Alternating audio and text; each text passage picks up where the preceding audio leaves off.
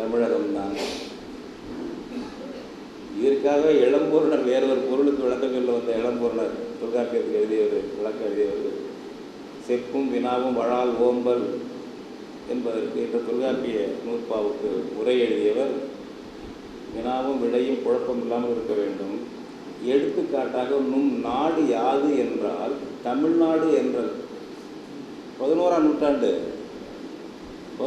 என்ன தமிழ்நாடு ஒற்றையாக இருந்ததா?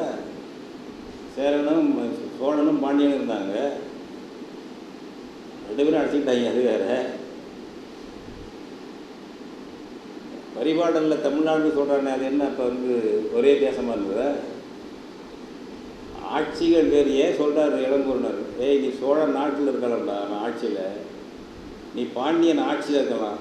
ஓன்னா உன் நாடு என்பது தமிழ்நாடு, உன் இனம் என்பது தமிழன். இளம்பூரணர் பிராமணர் தான், ஆனால் இந்த உண்மையை எழுதினார். மொழி இனம் தாயகம் மூன்றும் இயற்கையின் படைப்பு. அது இந்த இயல்பாக தேசங்களாக அரசுகளாக இருக்குது.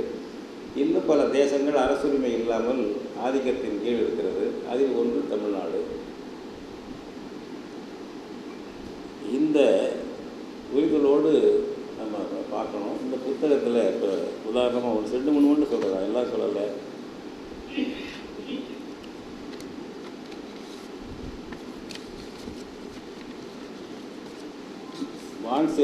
வான் சிறப்புன்னு வச்சுங்களேன். இந்த ஆளை தலைப்பு கொடுக்குறாரு பாருங்க, பிக்ஷா வந்தனம். பிக்ஷா வந்தனம் ஐயா குறிப்பிட்டாரு, சான்ஸ்கிரிட்டில் இருக்கிறதா இது ஒரு நூலில். அதைத்தான் வான் சிறப்புன்னு ஒரு சொல்கிறாரு.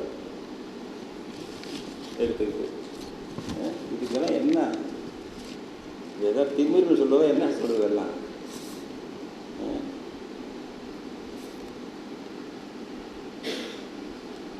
அதுபோல் ஒன்றொன்றுக்கு சொல்கிறார். மலர் மீசை ஏகினான் மானடி சேர்ந்தார்களால், அந்த நடுவில் வாழ்த்து இருக்குல்ல, அது எங்கேருந்து எடுத்தாராம்?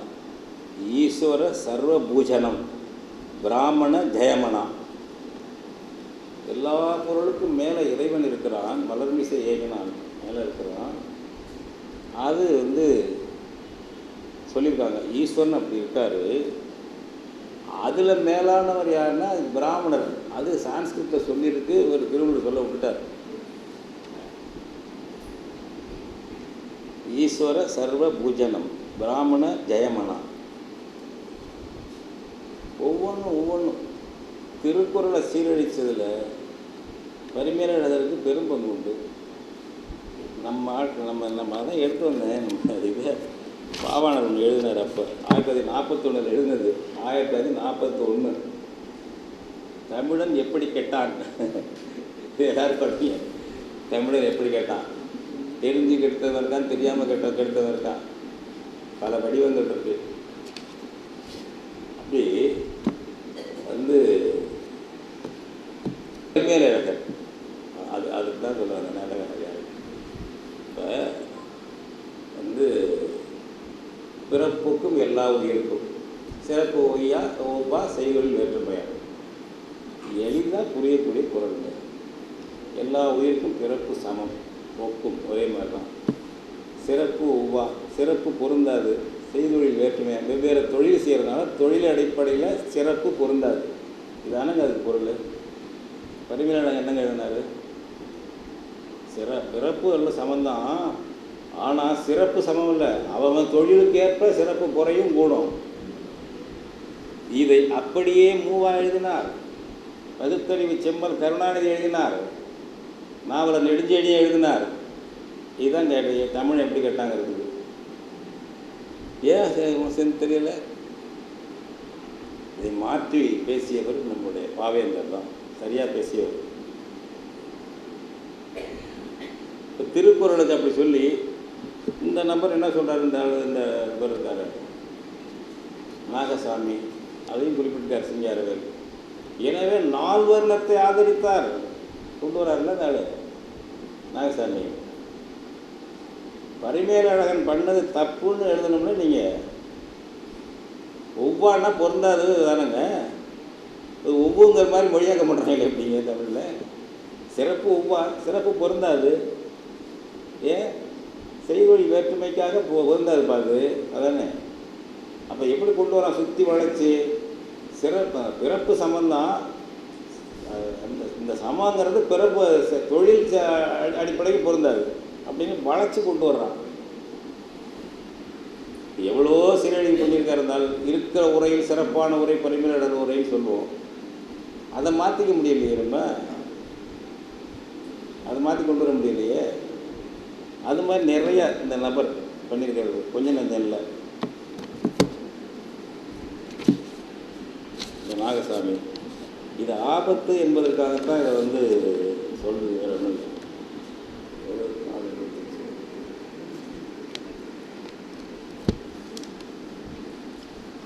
சிங்காரவேல் அவர்கள் ஒரு தொகுத்து பதிவு செய்கிறார்.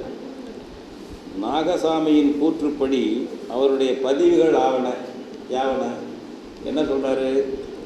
1. வள்ளுவரின் திருக்குறள் தர்ம அர்த்த காம மோட்ச விளக்கங்களை வேதங்கள் கூறியவாறு கொண்டுள்ளது. அந்த குரல் எடுத்து காட்டியிருக்காரு. நாகசாமியுடைய விளக்கத்தை சொல்லியிருக்காரு. அதை தொகுத்து சொல்கிறார். 2. வள்ளுவர் பிராமண கொள்கையான 4 வர்ண கொள்கையை ஏற்றுக்கொண்டிருந்தார். 3. பிராமணர்களின் வாழ்க்கை படிநிலைகளான பிரம்மச்சரியம், கிரகஸ்தம், வானப்பிரஸ்தம், சந்நியாசம் ஆகியவற்றை ஏற்றுக்கொண்டிருந்தார். 4. வேத சடங்குகளான தேவர், முனிவர், பிதிர், அதிதி, வாழும் உயிரினங்கள் என்ற பஞ்சமகா யஜ்ஞ கொள்கையை ஏற்றிருந்தார். இதுபோல் இதெல்லாம் திருக்குறள் எழுதிட்டார். இப்படி ஒரு புத்தகம் எழுதி இந்த நபர் 2018 பண்ணுறாரு. ஏதோ சிலர் எதிர்வினையாற்றினார்கள். அதுக்கு மேலே அது ஒன்றும் இல்லை. மகிழ்ச்சி அடையுது. அமேசானில் போட்டு அவன் விற்றுக்கிட்டு இருக்கான். இந்த புத்தகங்களை ஓடிக்கிட்டு இருக்கு. அதுபோல் நிறைய சொல்கிறார். மேற்கண்ட குறிப்பு சிங்காரவேல் குறிப்பிடுகிறார். மேற்கண்ட குறிப்புகளில் எவையும் உண்மை இல்லை. வள்ளுவர் தன் பட்டறிவு சிந்தனையுடன் உலக மாந்த இனத்தை கருத்தில் கொண்டே திருக்குறளை எழுதினார் என்று சாத்திர கருத்துக்களை உள்வாங்கி கொண்டு எழுதவில்லை. மோட்சம் என்ற வீடு பேறு பற்றி குறிப்பிடவே இல்லை. மாந்தனின் வருங்கால வாழ்க்கை நெறிகளையே குறளில் முதன்மைப்படுத்தி உள்ளார். ஒருவன் இறந்த பின் என்ன நடக்கும், அவன் எங்கு செல்வான் என்பது பற்றி அவர் சிந்திக்கவே இல்லை.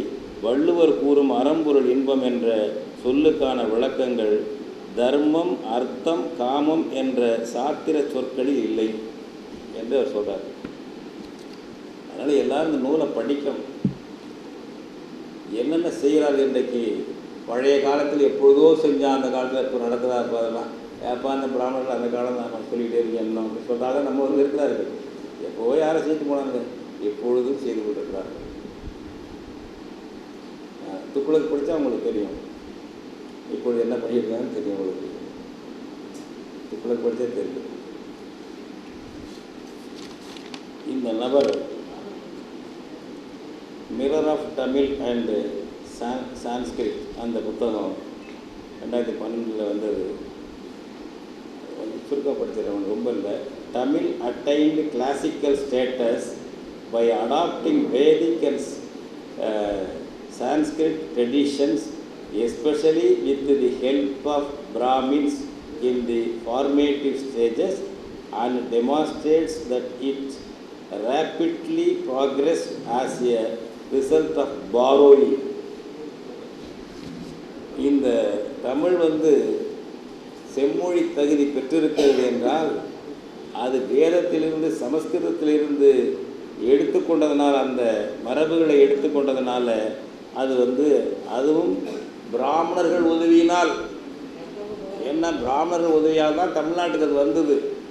வேதத்தில் இருந்த அந்த சிறந்த கருத்துக்கள் எல்லாம் வந்தது.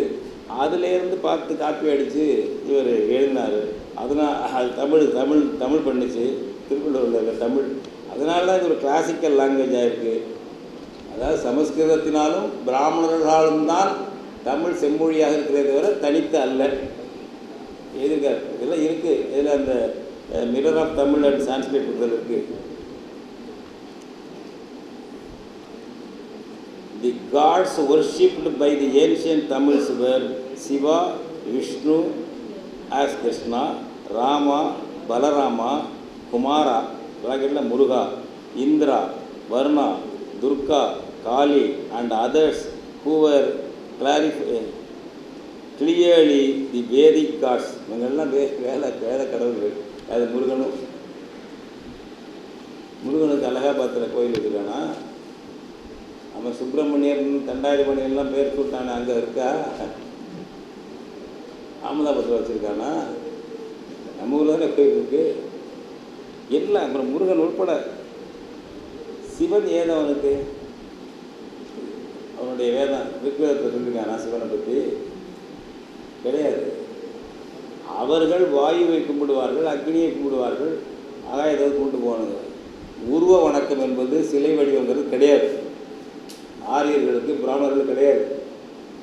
தமிழர்கள் இந்தியா முழுவதும் வாழ்ந்தார்கள், சிந்துச்சமலில் வாழ்ந்தார்கள். கைபர் போலன் நிலவாய் வழியாக ஈரான் பகுதியிலேருந்து வந்த அந்த கும்பல் சிந்துச்சமலில் வந்து தமிழர்களோட வந்து வாழ்ந்துட்டு இருந்துச்சு. நம்முடைய அந்த நடுகள் வணக்கம் அதுதான் சிலை தெய்வ படிமமாக மாறுகிறது. அந்த வணக்கத்தை பார்த்துவிட்டு அதுக்கு மக்கள் நிறைய போகிறத பார்த்துட்டு அவன் கொண்டு வந்த சாமியெல்லாம் எடுபடலை, வாயும் எடுபடலை, அக்னி எடுபடலை, ஒன்றும் மக்கள் செல்வாக்கு பெறவில்லை. எனவே நம்முடைய தெய்வங்களை தன்னதாக்கி கொள்ளுகின்ற திருட்டுத்தனத்தில் இறங்கினார்கள். நம்ம தெய்வத்தை அவங்க வணங்குவது தப்பல்ல, அதை தனதாக்கி கொண்டு அதை உருவாக்கியவனை இழிவுபடுத்தி சூத்திரனாக பஞ்சவனாக மாற்றுவதற்கில்ல. அந்த தெய்வத்திடம் போய் நாம் நம்ம மொழியில் அர்ச்சனை பண்ண முடியாது, நம்மவர்கள் அர்ச்சகராக இருக்க முடியாது, அவள் தான் இருக்கலாம்னு சொல்கிறான் பாருங்க. அதுதான் திருட்டுத்தனங்கிறோம். அதை சகித்து கொண்டு இருக்க முடியாது, அதை பொறுத்து கொண்டு இருக்க முடியாது. உனக்கு ஏது சாமி நான் கேட்க, உன் சாமி எங்கே இருக்குது? பிரம்மான்னு சொல்கிறேன், பிரம்மனுக்கு கூட இங்கே எங்கேயா சாமி? 2 இடத்துல இருக்குது. மதுராந்தகத்தில் எங்கேயோ இருக்குன்னு நினைக்கிறேன். எங்கேயோ கூட 2 இருக்கும், 1-2 தான் இருக்கும், பரவாயில்ல இருக்காது. நம்ம சிவன் கோயில் மாதிரி, பெருமாள் கோயில் மாதிரி, முருகன் கோயில் மாதிரி இருக்காது. சரி, உன்னுடைய சமஸ்கிருதம் யாருக்கு தாய்மொழி? இவ்வளோ பேசுங்கல்ல, உன் சமஸ்கிருதம் யாருக்கு தாய்மொழி? எவனுக்கும் தாய்மொழி கிடையாது. சமஸ்கிருதம் என்றாலே செப்பனிடப்பட்டது, சீர்திருத்தம் செய்யப்பட்டது. பிராகிருதம், பாலி, போக்குவரத்து, தமிழ், பல மொழிகளுடைய கலப்பு சமஸ்கிருதம் உருவாக்கிக்கிட்டது. அவனுடைய கம்யூனிகேஷன் லாங்குவேஜ் அது. நீ வச்சுக்கிட்ட எழுதிக்கிட்ட, யாருக்கும் தாய்மொழி கிடையாது. அதுபோல் அரபி, சமஸ்கிருதம் இதெல்லாம் போட்ட குட்டி இருக்குல்ல ஹிந்தி, ஹிந்தியும் யாருக்கும் தாய்மொழி கிடையாது. போய் ஊப்பி பீகாரில் போயிடுங்க, அவனுக்கும் போச்சுப்புரி, மைதிலி, அவதி, கல்யாணி என்று 50-60 லாங்குவேஜ் இருக்குது. மக்கள் பேசுகிற மொழி. அவங்க வீட்டில் அந்த தாய்மொழி தான் பேசுகிறாங்க. கடத்தல் அங்கே தான் அவங்க தான் அதுதான் பேசுகிறாங்க. பொதுவான மொழி கல்வி மொழி தான் இந்தியை தவிர இந்தி யாருக்கும் தாய்மொழி கிடையாது. யாருக்காச்சும் இப்போ அதிகாரிகள் வீட்டு பிள்ளைகள் சில பேருக்கு இருக்கலாம். வெகு மக்களுக்கு ஊப்பியில், பீகாரில் யாருக்கும் தாய்மொழி கிடையாது இந்தி. பிராமணர்களுக்கு தாயகம் எதுங்க? எங்கும் தமிழை வாழ்கிறான். ஆனால் எங்களுக்கு தமிழ்நாடு ஈழம் எங்கள் தாயகம். அது மாதிரி மலையாளிக்கு இருக்குது, குஜராத்திக்கு இருக்குது, மராத்தி இருக்குது, வங்காளி இருக்குது. நீ தமிழ்நாட்டில் இருந்தாலும் பிராமின், அங்கே வந்து பீகாரில் இருந்தாலும் பிராமின், காஷ்மீரில் இருந்தாலும் பிராமின், கன்னியாகுமரியில் இருந்தாலும் பிராமின், ஒரே பேர் வச்சுருக்கிற, 4 வர்ணம் பேசுகிற, சனாதனம் பேசுகிற, எல்லாம் சான்ஸ்கிரிட்டை பேசுகிற, உனக்கு தாய்மொழி எது? உனக்கு தாயகம் எது? என் கேள்வி தான். இந்த பிராமணர்களுக்கு தாய்மொழி எது? இவ்வளோ ஆட்டம் ஆடுறியே, இந்த சான்ஸ்கிரிட் ஏன் உனக்கு தாய்மொழியாக இல்லை? நாகசாமியன் கம்பெனிக்கு ஏன் தாய்மொழியாக இல்லை? அது இருக்க முடியாது. அது ஒரு இயற்கையான, இந்த சொல்கிறோம்ல, மொழி, இனம், தாயகம் 3ம் இயற்கையின் படைப்பு என்று. அப்படி இயற்கையாக படைக்கப்பட்ட மொழி அல்ல சமஸ்கிருதம், கலப்பின குட்டி. அதுபோல் கலப்பின குட்டி தான் ஹிந்தி, எவனுக்கும் தாய்மொழி கிடையாது. அதுபோலத்தான் பிராமணர்களுக்கு தாயகம் சொந்த மாநிலம் என்று ஒன்று கிடையாது. எல்லாருக்கும் அவனுக்கு மாநிலம் இருக்குது. கொஞ்சோண்டு எண்ணிக்கை உள்ள மணிப்பூர்காரனுக்கு அவன் தாயகம் இருக்குது. உனக்கு எது தாயகம்? சரி, இல்லை, தப்பு, குற்றமாக சொல்லலை. வந்த இடத்துக்கு தாயகமாக எடுத்து ஒழுங்காக இருக்க வேண்டியானே. இருக்கிற ஒழுங்காக எடுத்து இருக்க வேண்டியானே. இது எங்களுடைய சாஸ்திரம் வந்ததுன்னா, எங்கள் வேதத்தில் வந்து எங்கள் ரிஷிகள் எழுதுறது இங்கே வந்து வேலை பண்ணிட்டு இருந்தால் என்ன அர்த்தங்கிறேன். கூறு அவன் ஏற்றுக்கிறான் வடநாட்டில், ஒன்றும் இல்லாதவன். எங்களுக்கு நாங்கள் ஏற்றுக்கணும். இதானே பிரச்சனை. அப்படி பண்ணுறாங்க. ஒன்று என்ன பண்ணுறாங்க, இந்த குறிஞ்சி மருதம் முல்லை பிரிச்சிருக்காங்க. தமிழில் உள்ள அகத்திணை என்பது உலகத்தில் எந்த மொழியிலையும் கிடையாது. எல்லா ஆய்வாளரும் சொல்லிட்டாங்க. பொதுவாக வாழ்க்கையை பற்றி சொல்கிறாங்க, நல்லது கெட்டது சொல்கிறாங்க, காதலை பற்றி சொல்கிறாங்க. இதை பிரித்து புறம் அகம் என்று பிரித்தவன் தமிழன், தமிழச்சு தான். ஒன்றையும் பிரிப்பாங்க நம்ம ஆட்கள். உலகத்தில் எந்த மொழியிலும் அக இலக்கியம் கிடையாது. நம்ம அகநானூறு போல், குறுந்தொகை போல் அக இலக்கியம் என்பது கிடையாது. இந்த ஆள், இந்த ஃப்ராடு நாகசாமி சொல்கிறான் பாருங்கள். The 5-fold divisions of Tamil life as Kurinji, Mullai, மருதம், நெய்தல், பாலை ஆர் மென்ஷன்ட் இன் பரதாஸ் நாட்டிய சாஸ்திரா மென்ஷன்ட் ஆஸ் காஷ்யாஸ் டிவிஷன். அது எதுவும் பரதநாட்டியத்தில் இல்லை 5 ஆட்டம் இருக்கா? ஐயா, குறிஞ்சி முல்லை மருதத்துக்கு பரதநாட்டியத்துக்கு இடையா சம்பந்தம்? பரதநாட்டியத்தில் 5 டிவிஷன் சொல்கிறாங்களாம் பரதநாட்டியத்தில். அதுதான் குறிஞ்சி முல்லை மருதம் நெய்தல். இந்த ஆள் இதில் மிரர் ஆஃப் தமிழ் அண்ட் சான்ஸ்கிரிட்டில் எழுதுக்காங்க. அது என்னென்ன ஃப்ராடு பாருங்கள். நேராக சொல்ல உங்களுக்கு எங்களாட்டம் சொல்ல வேண்டியதானே. பிராமி எழுத்து சமஸ்கிருதத்துக்கு கிபி 3ஆம் நூற்றாண்டு வரை எழுத்து வடிவம் கிடையாது. ஐயாவதில் குறிப்பிட்டிருக்கார் நல்லா. ஐராவத மகாதேவன் சொல்லுகிறார். பிராமண வகுப்பில் பிறந்தவர் தான் ஐராவத மகாதேவன் சொல்லுகிறார். இந்த நான் திருடன்னு சொன்னால் வருத்தப்படுவீங்க. அந்த பிராமியை பார்த்து தான் தமிழுக்கு எழுத்து வடிவம் வந்துருச்சுங்கிறாங்க.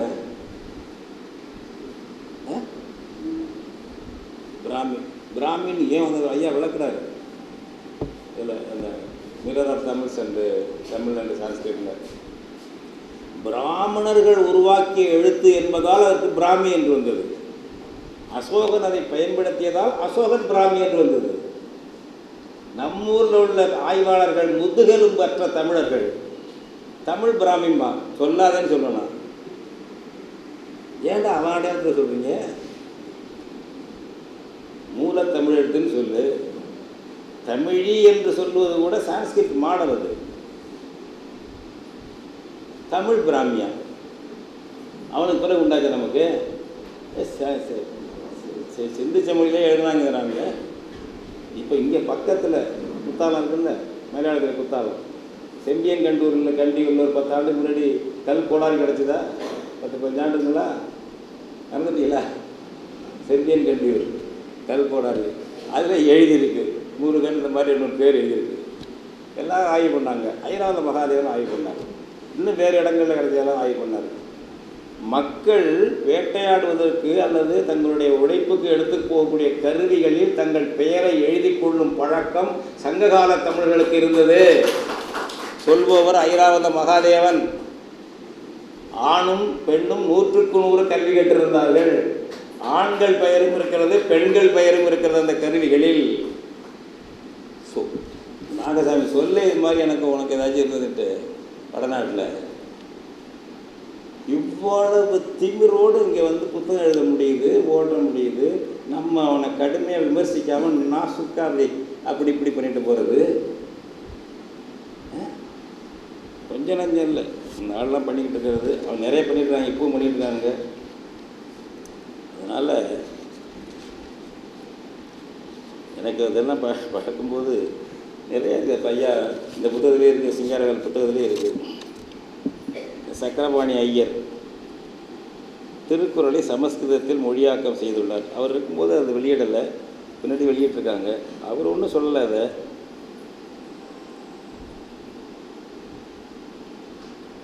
அதிலேருந்து எடுத்து இந்த அதாவது சமஸ்கிருதத்திலிருந்து தான் திருவள்ளுவர் காப்பி அடித்தாருங்கிறது இருக்குல்ல, அதில் பார்த்து எழுந்தார் இருக்க. ஐயா நாசுக்கா வழிநூல்னு போட்டாங்க, பெருந்தன்மையா நாசம் விட்டார் ஐயா. அவள் வந்து அப்ரிட்ஜ்மெண்ட் அப்படிங்கிறதானே சுருக்கமாக பண்ணிட்டாங்க, காப்பி அடிச்சுக்கிறது தான் சொல்கிறான் அவன். அது நாகசாமி. ஆமாம், வழிநூல் தவறு இல்லை, முதல் நூலை பெருமைப்படுத்துறது வழிநூல், அது அல்ல என்று தான் தலைப்பு கொடுத்துருக்காரு ஐயா. அந்த மாதிரி அந்த சக்கரபாணி ஐயா எழுந்த ஒரு ஒரு ஒரு ஒரு அம்மா டாக்டர், இது ஒரு என்னமோ தேவிங்கிறது டாக்டர் ரமாதேவி சேகர் தலைப்பே இருக்குதுல்ல, இந்த முதல் பாருங்க, அதெல்லாம் படிங்க, என்ன மோசடி பண்ணியிருக்காங்க அப்படிங்கிறதெல்லாம் நல்லா எழுதியிருக்கார் ஐயா, எழுதியிருக்காரு. எனக்கு இதெல்லாம் தொடர்ந்து நான் சொல்லிட்டு இருக்கிறது. அண்ணாவுடைய கருத்தில் நமக்கு சில இது மாறுபாடுங்கள்லாம் அந்த காலத்தில் எழுதுனாங்க.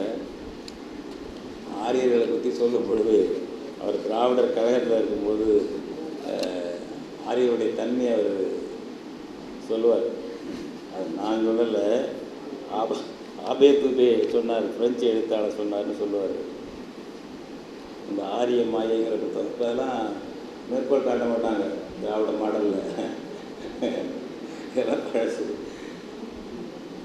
ஆரியர்களுடைய குணத்தை பற்றி பிரெஞ்சு எழுத்தாளர், பிரெஞ்சு பாதிரியார், 30 ஆண்டுகள் இந்தியாவில் வாழ்ந்த ஆபி தூபின்னு வருவது, ஸ்பெல்லிங் எல்லாம் ஒரு மாதிரி இருந்தது. ஃப்ரெஞ்சு எழுத்துக்கிற இங்கிலீஷ் மாதிரி அப்படியே பண்ண முடியாது. ஆமாம், ஆபிய தூபின்னு சொல்கிறது உண்டு. அவருடைய நூல் பேர் வந்து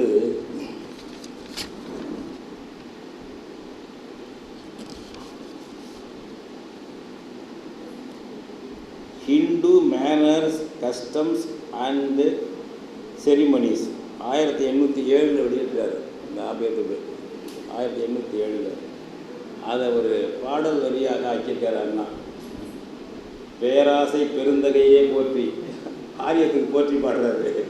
பேராசை பெருந்தகையே போற்றி, பேச நான் இரண்டுடையாய் போற்றி, தந்திர மூர்த்தி போற்றி, தாசர்தம் தலைவா போற்றி, வஞ்சக வேந்தே போற்றி, வன்கண நாதா போற்றி, கொடுமை குணாலா போற்றி, கோழையே போற்றி போற்றி, பயங்கொள்ளி பரமா போற்றி, படுமோசம் புரிவாய் போற்றி, சிண்டு முடித்திடுவாய் போற்றி, சிரித்திடும் நரியே போற்றி, ஒட்டுவித்தை கற்றோய் போற்றி, உயர் அநீதி உணர்வோய் போற்றி, எம் இனம் கெடுத்தோய் போற்றி, ஈடில்லா கேடே போற்றி, இறை இதோ போற்றி போற்றி, ஏத்தினேன் போற்றி போற்றி. இந்த போற்றி அண்ணா எழுதார், இந்த போற்றி திருப்பா புதுமையானதாக இருக்கிறது, இதன் பொருள் விளங்கவில்லை என்று கேட்கலாம். அப்போ தான் இவர் எழுதினார், நான் அப்படி அழகாக எழுதிட்டேன்ட்டு. அவர் என்னென்ன சொல்லல ஆரியர்களை சொல்லியிருக்காரு, உள்ள சொல்லலாம் போட்டார். Avarice, ambition, cunning, wily, double tongued, servile, insinuating, injustice, fraud, dishonest, oppression, intrigue, இவ்வளோ சொல்லில் போட்டுக்காருப்பா. நான் இதை உரைநிக்க விதையாக எழுதிட்டேங்கிறார் என்ன அந்த நூலில் இவங்களை பற்றிலாம் எழுதுறது. இப்படித்தான் இப்போ இன்றும் பண்ணி கொண்டிருக்கிறார்கள். இப்போ நம்ம சொல்கிறோம், என் நல்லவர்களே இல்லையா தமிழுக்கு பாடுபட்டவங்க போட்டுருவோம், அதில் என்ன இருக்குது? ராமர்களுக்காலே இப்போ எல்லாரும் அப்படி தான் இருப்பாங்கன்னு சொல்ல முடியாது. பல பேர் இப்போ இதில் ராமச்சந்திர தீட்சரை பற்றி வருது, நூல் ஐயா சிங்காரவர் எழுதியிருக்காரு. ராமச்சந்திர தீட்சிதர் சரியாக எழுதாலும் நம்ம அறிஞர்கள்லாம் மேற்கோளும் காட்டுவாங்க, நெடுஞ்செழியன் போன்றவர்கள் மேற்கோளும் காட்டுவார். சரியாக எடுத்துதான் தவறான தவறுன்னு சொல்லிட்டு போகிறோம், வேறு ஒன்றும் பிரச்சனை இல்லை. அந்த மாதிரி இன்றைக்கு இன்றும் அவர்கள் அதை செய்து கொண்டிருக்கிறார்கள். இது என்ன நியாயம்? நல்ல அறிவாளியாவாங்க, வேலைக்கு போங்க, எல்லாம் பண்ணிக்கிட்டுங்க, யாரும் வேண்டான்னு சொல்லலை. ஒரு இனத்தை, ஒரு மொழியை அழித்து இல்லாமல் ஆக்கி இதை ஆரியமயமாக்குகிற சதியோடு 2000 1000 ஆண்டுகளாக நீங்கள் செஞ்சிட்றீங்க. இதை தமிழினம் புரிந்து கொள்ளவில்லை என்றால் தமிழ்நாடு என்ற மாநிலம் இருக்காது. சுருங்கி சுருங்கி சுருங்கி வந்துட்டோம். பெருமையாக பேசுகிறோம். அம்பேத்கர் சொன்னார், அவர் சொன்னார், இமயமலை வரை தமிழர்கள் வாழ்ந்தார்கள், மொஞ்சதளவு ஹரப்பாவில் வாழ்ந்தவர் தமிழர்கள். இன்றைக்கி எங்கே இருக்கிறோம்? திருவேங்கட மலை கூட இல்லை, சுருங்கி வந்துட்டோம். இங்கே இன்றைக்கு அன்றாடம் 1000 10,000 இந்திக்காரன் நுழைந்து கொண்டு வேலை செய்து கொண்டிருக்கிறான். பார்க்கும் இடமெல்லாம் நீக்கமர இந்திக்காரன். இன்னும் 10 ஆண்டு போனால் இது இந்தி மாநிலமாக மாறிவிடும். அந்த அபாயம் இருக்கிறது. இந்த தமிழ்நாட்டை 3 மாநிலங்களாக பிரிக்க ஏற்கனவே பாஜக திட்டம் வைத்திருக்கிறது. இங்குள்ள ஜாதி அமைப்புகள் 3ஆ பிரி என்று சொல்லிக் கொண்டிருக்கின்றன. யார் யார் என்று உங்களுக்கு தெரியும். என்ன ஆகும்? தமிழர்கள் தாயகம் இல்லாமலே போகும். பல்லவன் காலத்தில் கூட தமிழகம் தாயகம் இருந்தது, வெளியிலிருந்து வந்தான். அதுக்கு முன்னாடி களப்பிரர்கள் காலத்தில் வெளியிலிருந்து வந்தவர்கள் முதலாக வந்தவர்கள். அழிவுக்கு காரணம் களப்பிரர் காலத்தில் தொடங்கியது தமிழர்களுக்கு. அப்பொழுது கூட தமிழ்நாடு இருந்திருக்கிறது. அவன் வந்தானே மல்லிகாபூர், அவன் பிடிச்சிட்டு போன பிறகு சுல்தான் ஆட்சி நடந்துச்சு. அவங்க ஆட்சியில் கூட தமிழ்நாடு இருந்தது. வடக்கேருந்து விஜயநகர தளபதிகளும் நாயக்க மன்னர்களும் வந்து ஆண்டார்களே தெலுங்கர்கள், அவர்கள் ஆட்சியில் கூட தமிழ்நாடு இருந்தது. வெள்ளக்கார ஆட்சியில் கூட தமிழ்நாடு, தமிழர் தாயகம், தமிழ் என்பது இருந்தது. இது இந்தியா விடுதலை பெற்ற பிறகு மொழி வழி மாநிலம் என்று இனவழி மாநிலமாக இந்தியா பிரிக்கப்பட்டது, நமக்கும் பிரிக்கப்பட்டது. ஆனால் தமிழர்கள் தமிழ்நாடு என்பது இருந்து தான் இருக்குது. இன்றைக்கி இந்த மொழி வழி மாநிலம் என்பதும் அழியக்கூடிய அபாயத்தில் இருக்கிறோம். இதை காத்தாக வேண்டும். இந்த தமிழ்நாடு, தமிழ் இனம் என்பது அழிந்து போனால் அடுத்தவனுக்கு அடிமையாகத்தான் இருப்போம்.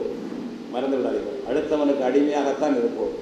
நம்முடைய வருங்கால தலைமுறை அடிமையாகத்தான் இருக்கும். அப்படி ஏன் விட வேண்டும்? இப்படிலாம் இருக்கும் பொழுது, இப்படியெல்லாம் தெரிந்து கொண்டிருக்கும் போது, விவரம் தெரிந்த சமூகம் அதிகமாக வளர்ச்சி அடைந்திருக்கின்ற காலத்தில், அறிஞர் பெருமக்களும் நமக்காக கருத்துக்களை வழங்கி கொண்டிருக்கின்ற காலத்தில் நாம் ஏன் அடுத்தவனை அழிக்க அனுமதிக்க வேண்டும்? வெறும் ஒப்பாரி வைக்க மட்டுமே நாம் இருக்கிறோமா? பாவேந்தர் அழைத்தார். நாளைக்கு பாவேந்தர் நாள். பூட்டிய இரும்பு கூட்டில் கதவு திறந்தது, சிறுத்தையே வெளியில் வா. எலி என உன்னை இகழ்ந்தவர் நெடுங்க, புலி என செயல் செய்ய புறப்படு என்ற அந்த வாக்கை, அந்த உணர்ச்சியை தமிழர்கள் ஆணும் பெண்ணும் ஏற்க வேண்டும். அவரவரால் முடிந்த அளவில் தமிழ் இனம், மொழி, தாயகம் காக்க பாடுபட வேண்டும். கருத்து பரப்பல் செய்ய வேண்டும். ஒப்பாரி வைப்பதால் பயனில்லை. கண்டனங்கள் முழங்கி கொண்டு வெளிச்சம் காட்டுவதற்கு கண்டனங்கள் முழங்க வேண்டும். அது போதாது. செயலிலே இருங்கள். நம்முடைய பிள்ளைகளுக்கு தமிழிலே பெயர் சூட்டுகிறோமா? தமிழிலே பெயர் சூட்டக்கூடாது என்று சட்டம் எதுவும் போட்டிருக்கார்களா? ஏன் நாம் சூட்டுவதில்லை? இப்பொழுது கடந்த 10 ஆண்டு, 15 ஆண்டு, 20 ஆண்டுகளாக தமிழிலே பெயர் சூட்டுவதில்லையே. மிக மிக அரிது, மிக மிக அரிது. 1960களில் கரிகாலன், நெடுஞ்செழியன் என்றெல்லாம் பேர் சூட்டினார்கள். இன்றைக்கு அதெல்லாம் கிடையாது. நம்முடைய இனம், நம்முடைய பேரெல்லாம் எப்படி? நெடுஞ்செழியன் என்பதில் என்ன இனம், மொழி இருக்கா? மன்னிக்கும், மதச்சாயல் இருக்கா? மூட நம்பிக்கை எதுவும் இருக்கா? உயர்வுதாழ்வு இருக்கா? உயரமான அழகானவன் நெடுஞ்செழியன் தான். அறிவுடை நம்பி, இளம் வழுதி, கரிகாலன், என்னென்ன பேர் வச்சுருக்காங்க. நம்ம தூய தமிழ் பெயர்கள், செக்குலர் நேம்ஸ், சமயச்சார்பற்ற பெயர்கள். அப்படிப்பட்ட இனம் நம்முடைய இனம். இன்றைக்கி அந்த இனம் எப்படி இருக்குது? இந்த பேரில் எத்தனை பேர், எந்த குடும்பத்தில் தமிழில் பேர் வைக்கிறோம்? மிக மிக குறைவான குடும்பங்களில் தான் தமிழ் பேர் சூட்டுகிறோம். இதிலெல்லாம் அக்கறை செலுத்த வேண்டும். நம்ம பிள்ளை ஆணாக இருந்தாலும் பெண்ணாக இருந்தாலும் தமிழில் பேர் சூட்டணும். தமிழ் பேரை சூட்டாக வந்தோம்னா நம்ம அடையாளத்தை அழிக்கிறோம். நம்மால் நாம் தமிழை அழித்து கொண்டிருக்கிறோம் என்ற குற்ற உணர்வு வேண்டும். இந்த குற்ற உணர்வு செயற்கையானது, சில பேருக்கு உரியது என்பதெல்லாம் இல்லை. எல்லாரும் இழிவடைந்து போவோம். எல்லாரும் எவனுக்காக அடிமையாக இருப்போம். அந்த நிலையை தவிர்க்க இது போன்ற நூல்கள், நமக்கு வெளிச்சம் காட்டக்கூடிய நூல்கள், இந்த நூல்களை வாங்கி படிக்க வேண்டும். கருத்துக்களை புரிந்து கொண்டு விவாதிக்க வேண்டும், பேச வேண்டும். அதுபோல் இந்த உணர்ச்சியை, இந்த ஒரு வெளிச்சத்தை கொடுத்தால், அதை நாம் பயன்படுத்தி கொண்டால், சிங்காரவேலு ஐயா அவர்கள் எழுதிய இந்த நூலுக்கு, அதற்கு நம்முடைய பேரறிஞர், மொழியியலறிஞர் மாசு விக்டரையா தமிழாக்கம் செய்வதற்கு பயன் ஏற்படும் என்று கூறிக்கொண்டு, இந்த என்னுடைய உரையை செய்மடுத்த உங்கள் அனைவருக்கும் நன்றியையும் பாராட்டையும் தெரிவித்து விடைபெறுகிறேன்.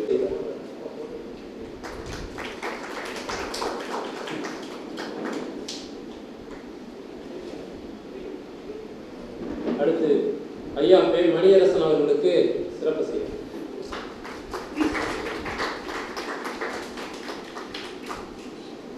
திருமதி தவமணி ராசாங்கம் அவர்களுக்கு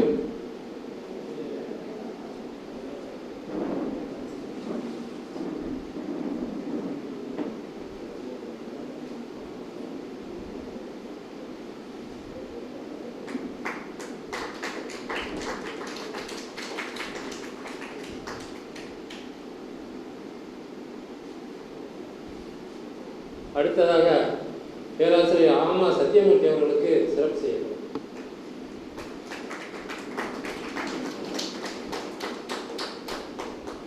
அடுத்ததாக பேராசிரியர் கா முத்துராமன் அவர்களுக்கு சிறப்பு செய்யப்படும்.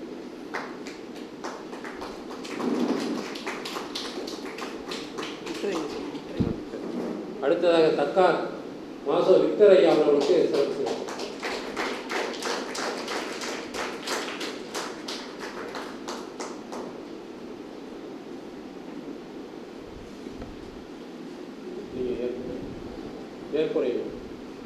அடுத்ததாக நூலாசிரியர் சாத்திரங்களில் வழி நூலா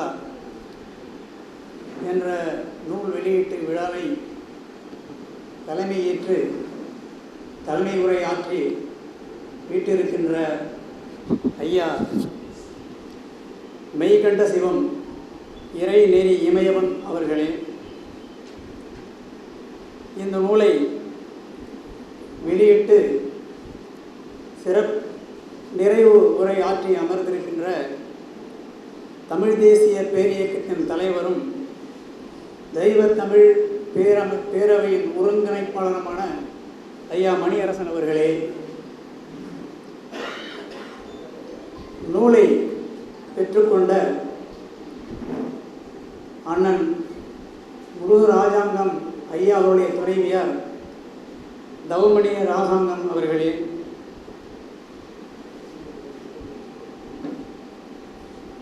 சிறப்புரையாற்றி நம்மையெல்லாம் தமிழ் கடலிலே ஆய்வு கடலிலே மூழ்கடித்து திளைக்க வைத்த ஆய்வு அறிஞர் தக்கார் மாசோ விக்டர் ஐயா அவர்களே, எனது தமிழ் நூலை திறனாய்வு செய்து வாழ்த்துரை வழங்கி அமர்ந்திருக்கின்ற தமிழ் பேராசிரியர் முன்னாள் தலைவர் ஆடவர் கலைக்கல்லூரி குழந்தையின் ஐயா ஆமா சத்தியமூர்த்தி ஐயா அவர்களே, நான் எழுதிய ஆங்கில நூலை படித்துவிட்டு அது குறித்து ஆங்கிலத்திலும் தமிழிலும் திறனாய்வு செய்து சிறப்பாக பேசி அமர்ந்திருக்கின்ற அண்ணாமலை பல்கலைக்கழகத்தின் ஆங்கில மொழித்துறையின் பேராசிரியர் திரு முத்துராமன் அவர்களே, ஐயா முத்துராமன் அவர்களை இந்த விழாவிற்கு கலந்து கொள்ள ஏற்பாடு செய்த எனது நண்பரும் காது மூக்குத்தொண்டை நிபுணருமாகிய டாக்டர் சுகுமார் அவர்களே, சுல்தான் பாஷா அவர்களே, இந்த விழா சிறப்பாக நடைபெற நான் சென்னையில் இருந்தாலும் இங்கே அந்த பணியை வெற்றிகரமாக செய்து கொடுக்க எனக்கு உறுதுணையாக இருந்த மின்னல் கவிஞர் இளவரசன் அவர்களே, தனசேகர் அவர்களே, தம்பி விடுதலை சுடர் அவர்களே, எங்களது அழைப்பை ஏற்று இங்கு வந்து இதுகாலம் இந்த விழா நிகழ்ச்சியை கண்டுகளித்து செவிமடுத்து வீட்டிருக்கின்ற அனைத்து தமிழ் சொந்தங்களே, உங்கள் அனைவருக்கும் முதற்கண் என்னுடைய நன்றியை தெரிவித்துக் கொள்கிறேன். இந்த ஆங்கில நூல் முதல்ல நான் எக்ஸ்கோரியேட்டிங் நாகசாமி திருக்குறள் அண்ட் அப்ரிட்மெண்ட் ஆஃப் சாஸ்திராஸ் என்ற ஆங்கில நூலை 2020 ஜனவரியில் சென்னை நிருபர்கள் சங்கத்திலே திரு அருவா அவர்கள் தலைமையிலே வெளியிட்டேன். அப்பொழுது நூலை பெற்றுக்கொண்டவர் அண்ணல் தங்கோ அவர்களின் பேரன் அருள் செல்வன் அவர்கள். அதை வெளியிட்டவர் கியாபி விஸ்வநாத் அவர்களின் பேர்த்தி அவர்கள். அரசேந்திரன் அவர்கள் தமிழ்துறை தலைவராக கிறிஸ்தவ கல்லூரியிலே பணியாற்றி ஓய்வு பெற்ற ஐயா அரசேந்திரன் அவர்கள் இந்த விழாவிலே கலந்து கொண்டு சிறப்பித்தார்கள். என்னிடம் நிறைய நண்பர்கள் கேட்ட முதல் கேள்வி, நீங்கள் ஏன் இதை ஆங்கிலத்தில் எழுதினீர்கள் என்ற கேள்விதான். அதற்கு என்னிடம் ஒரே ஒரு பதில் தான். காரணம், டாக்டர் நாகசாமி அவர்கள் அந்த நூலை ஆங்கிலத்தில் எழுதியிருந்தார்கள் என்பதுதான். அந்த நூல் ஆங்கிலத்தில் எழுதியிருந்தாலும் அதற்கு எதிர்வினையாக நம்முடைய இருக்கின்ற தமிழ் அறிஞர்கள் ஐயா மாசோ விக்டர் முதற்கொண்டு கட்டுரைகளாக வரைந்து அவையெல்லாம் பல்வேறு மாத இதழ்களிலே வெளிவந்தன. நான் இதற்கு யாரேனும் ஆங்கிலத்தில் நூல் மறுப்பு நூல் எழுதியிருக்கிறார்களா என்று வினாவிய பொழுது இல்லை என்ற பதில் கிடைத்தது. எனவே அதற்கு நாம் ஆங்கிலத்திலே பதில் எதிர்வினை ஆற்றலாமா என்று யோசனை பண்ணி கொண்டிருந்த பொழுது ஆற்றுங்கள் என்று எனக்கு அந்த ஒரு ஊக்கத்தை கொடுத்தவர் முதுபெரும் தமிழ் தேசியர் சீபா அருள்குணர் அவர்கள். அவர்களை இந்த நேரத்தில் நன்றியோடு நான் சொல்ல நினைவுட கடமைப்பட்டிருக்கின்றேன். இப்படி நான் தொடங்கிய பொழுது எனக்கு நிறைய நண்பர்கள் நூல்களை வழங்கின. இந்த நூலை படியுங்கள், அந்த நூலை படியுங்கள், அப்பொழுது அதுக்கு பதில் எழுத முடியும் என்று சொன்னால் நிறைய தரவுகளை கொடுத்தார்கள். இந்த வகையிலே நான் அதை ஆங்கிலத்திலே எழுதி வெளியிட்டேன். அது அமேசானிலும் பதிவேற்றம் செய்யப்பட்டிருக்கின்றது. அப்பொழுது சில நண்பர்கள் நீங்கள் ஆங்கிலத்தில் எழுதியிருக்கின்றீர்கள், தமிழிலும் அது வர வேண்டும் என்ற வேண்டுகோளை வைத்தார்கள். அப்பொழுதுதான் ஐயா தக்கார் மாசோ விக்டர் அவர்கள் சொல்லியது போல இந்த வேண்டுகோளை மலேசியாவில் அவரிடம் வைத்தேன். ஐயா, நான் ஆங்கிலத்திலே ஒரு நூல் எழுதப் போகிறேன், அது வெளிவந்த பிறகு அதை நீங்கள் தமிழாக்கம் செய்து தர வேண்டும் என்ற வேண்டுகோளை வைத்தேன். அந்த வேண்டுகோளை ஏற்று விரைந்து முடித்து கொடுத்தார்கள். இந்த நூல் 3 வருஷம் முன்னாடியே வந்துருக்கணும். இந்த தமிழாக்க நூல் 3 வருஷத்துக்கு முன்னாடியே வந்திருக்கணும். ஐயா முடிஞ்சு கொடுத்துட்டாங்க. ஆனால் என்னால் முடியலை. ஏன்னா அப்போ இந்த கொரோனா காலகட்டம். இப்போ கூட ஐயா சொன்னாங்க, நீங்கள் வாங்க அரியலூர் வாங்க, நம்ம வீட்டில் தங்கிங்க, அந்த தட்டச்சு செஞ்சவங்க பக்கத்தில் தான் இருக்கிறாங்க, 2-3 நாள் தங்கினா முடிச்சுட்டு போயிடலாம் அப்படின்னா சொன்னாங்க. அன்னைக்கு என்னுடைய உடல்நிலை ஒத்துழைக்காத காரணத்தினால் அதை செய்ய முடியாதனால காலம் 3 வருஷம் அப்படியே ஓடிடுச்சு. இப்போ இந்த கடந்த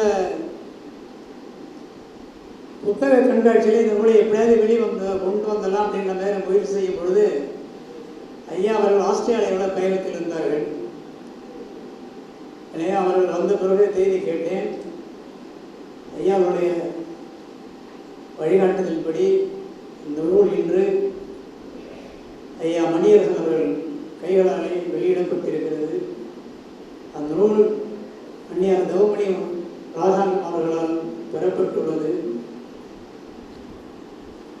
இந்த நூல் ஐயா முருகு ராசாங்கம் அவர்களுக்கு நான் படையலாக்கி இருக்கின்றேன்.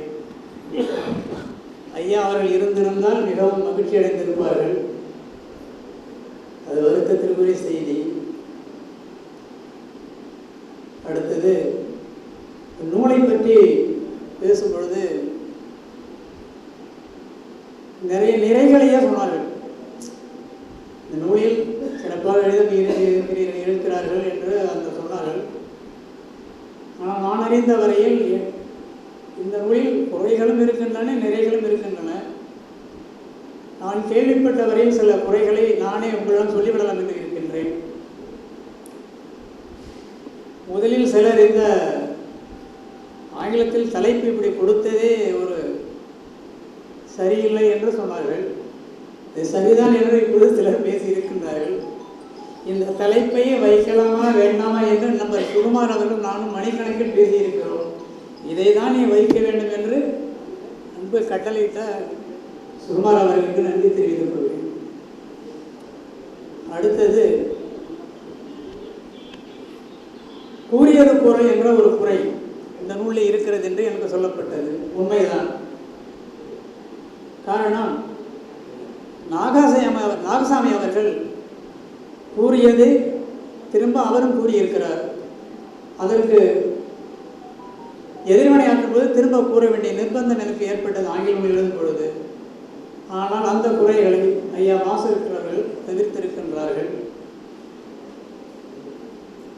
இன்னொரு நண்பர், அவர் பெயர் எனக்கு நினைவில் வரவில்லை, தஞ்சையை சார்ந்தவர். இந்த ஆங்கில நூலை படித்துவிட்டு நீங்கள் சிகாகோ மேனுவல் ஸ்டைல் என்று ஒரு புத்தகம் இருக்கிறது, அதை படித்துவிட்டு இந்த நூலை எழுதியிருந்தால் இன்னும் சிறப்பாக அமைந்திருக்கும் என்று சொன்னார்கள். இந்த நூல் நானாக எழுதவில்லை, எழுதிய நூலுக்கு மறைவினை ஆற்றி இருக்கிறேன். என்றாலும் இது குறித்த ஒரு அறிவுரை ஐயா முத்துராமன் அவர்கள் வழங்குவார்கள் என்று தனிப்பட்ட முறையிலே பின்னர் கூட சொல்லலாம். அந்த கருத்து சரி என்றால் அது பின்னால் அது சரி செய்யப்படும். இது தவிர இன்னும் சில குறைகள் இருப்பதாக எனக்கு சுட்டிக்காட்டப்பட்டுள்ளது. அவையெல்லாம் சரி செய்யப்படும். இந்த வகையிலே எனக்கு என்ன சொல்லுதுன்னு நான் சொல்கிறேன்னா, இப்போ நம்ம இவர் பாவேந்தர் பற்றி நாளைக்கு பாவேந்தர் நாளில் சொன்னாங்க, கனியிடை ஏறிய சுளையும் முட்டல் கழையிடை ஏறிய சாரும் பனிமலர் ஏறிய தேனும் காற்று பாலிடை ஏறிய சுவையும் நனி பசு பொழியும் பாலும் தென்னை நல்கிய குளிர் இள நீரும் இனியன என்பேன் எனினும் தமிழை என் உயிர் என்பேன் கண்டீர் அப்படின்னு சொல்லியிருக்கிறார். இது பாவேந்தர். இது தவிர தண்டி அலங்காரம் என்ன சொல்லுதுன்னா, ஓங்களிடையே வந்து உயர்ந்தோர் தொழ விளங்கி ஏங்கொழி ஞாலத்து இருளகற்றும் ஆங்கவற்றுள் மின்னேர் தனியாழி செங்குதிரோன் ஏனையது தன்னேர் இல்லாத தமிழ் அப்படின்னு தண்டி அலங்காரம் சொல்லுது. புறப்புற வெண்பா மாலை என்ன சொல்லுதுன்னா, பொய்யகல் ஆனாலும் புகழ் விளைத்தல் என் வியப்பாம் வையகம் போர்த்த வயங்கொழி நீர் கையகல கல் தோன்றி மந்தோன்றா காலத்தே வாளோடு முன்தோன்றி மூத்த குடி தமிழ் குடி என்று சொல்கிறது.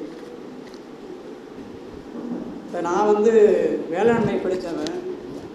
சாயில் சயின்ஸ்னு ஒன்று உண்டு. சாயில் எப்படி உருவாகுது, சாயில் ஃபார்மேஷன் அப்படின்னு போது அது ஆங்கிலத்தில் சொல்லுவாங்க, soil is formed by weathering of rocks அப்படின்னு சொல்லுவாங்க. இப்போ மண் முதல்ல உருவாகலை, பாறைகள் தான் முதல்ல உருவாச்சு. அதுக்கப்புறம் அது உடைஞ்சி பல்வேறு காரணங்களால் அப்புறம் மண் உருவாகுது. அதை நம்ம தமிழ் முன்னோர்கள் சொல்லியிருக்கும் பொழுது கல் தோன்றி மண் தோன்றா காலத்தி வாளோடு முன்தோன்றி மூத்தக்குடி அப்படிங்கும் பொழுது குறிஞ்சி தான் முதல்ல தோன்றுச்சு. அந்த குறிஞ்சி நிலம் தோன்றிய பின்னர், ஆனால் மருத நிலம் தோன்றுவதற்கு முன்னர் தோன்றியவன் தான் தமிழன் அப்படின்னா, அப்போ வாளோடு அப்படிங்கும் போது அப்பயே இரும்பை கண்டுபிடிச்சிட்டான்ற ஒரு செய்தியெல்லாம் அடங்கியிருக்கு.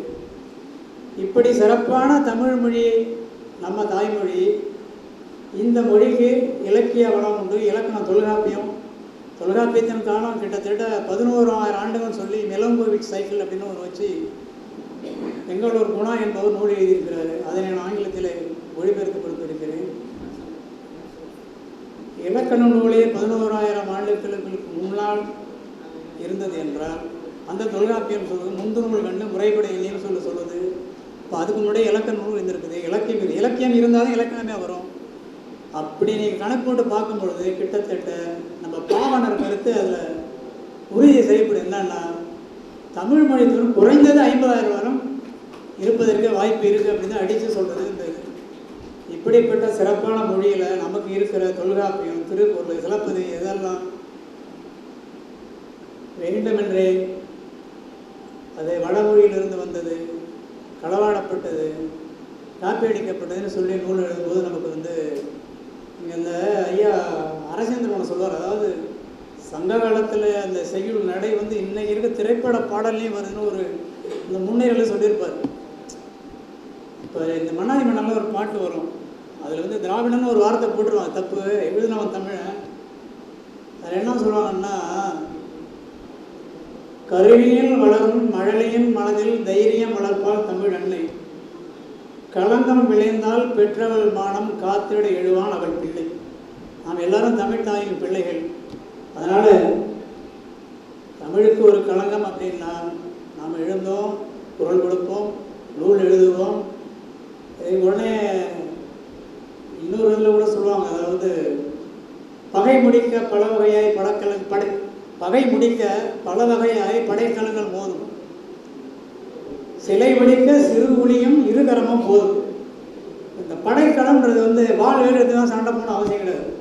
இந்த நூல் எழுதுறதும் ஒரு படைக்கலம் தான் நம்ம பொறுத்த வரைக்கும். அதனால் நூல் எழுதுகிறவர்களை நூல் எழுதி எழுத்து மூலமாக முறியடிப்போம் என்று கூறி வாய்ப்பு தந்த அனைவருக்கும் நன்றி கூறி விடைபெறுகிறேன். நன்றி.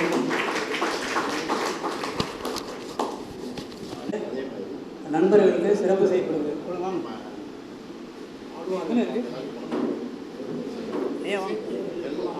வாங்க வாங்க வாங்க, பரவாயில்ல வாங்க, 6 மணிக்கு வரவர்கள் வாங்க.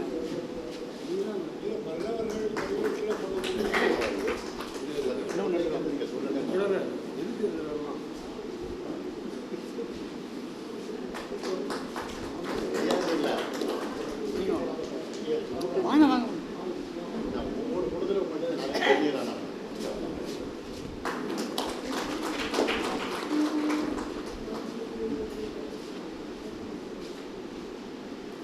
இந்த நூல் வெளியீட்டு விழாவினுடைய தலைவர் அவர்களே,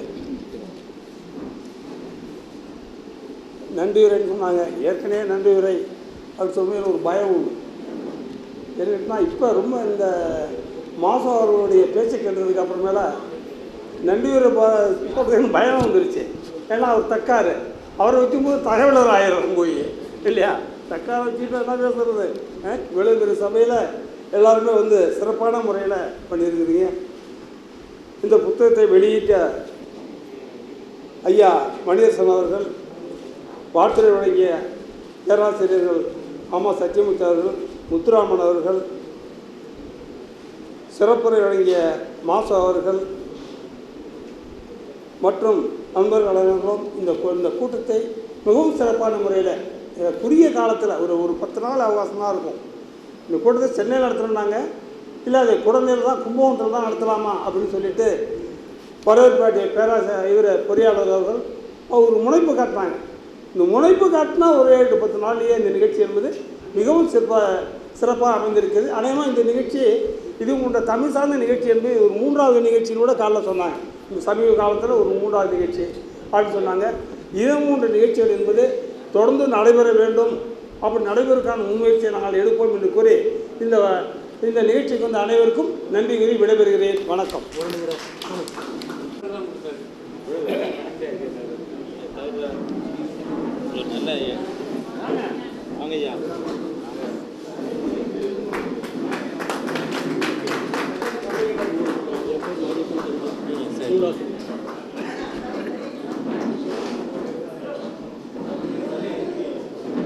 நூலாசிரியருக்கு மாரியப்பன் தஞ்சை அவர்கள் சிறப்பு செய்வார்கள். சார்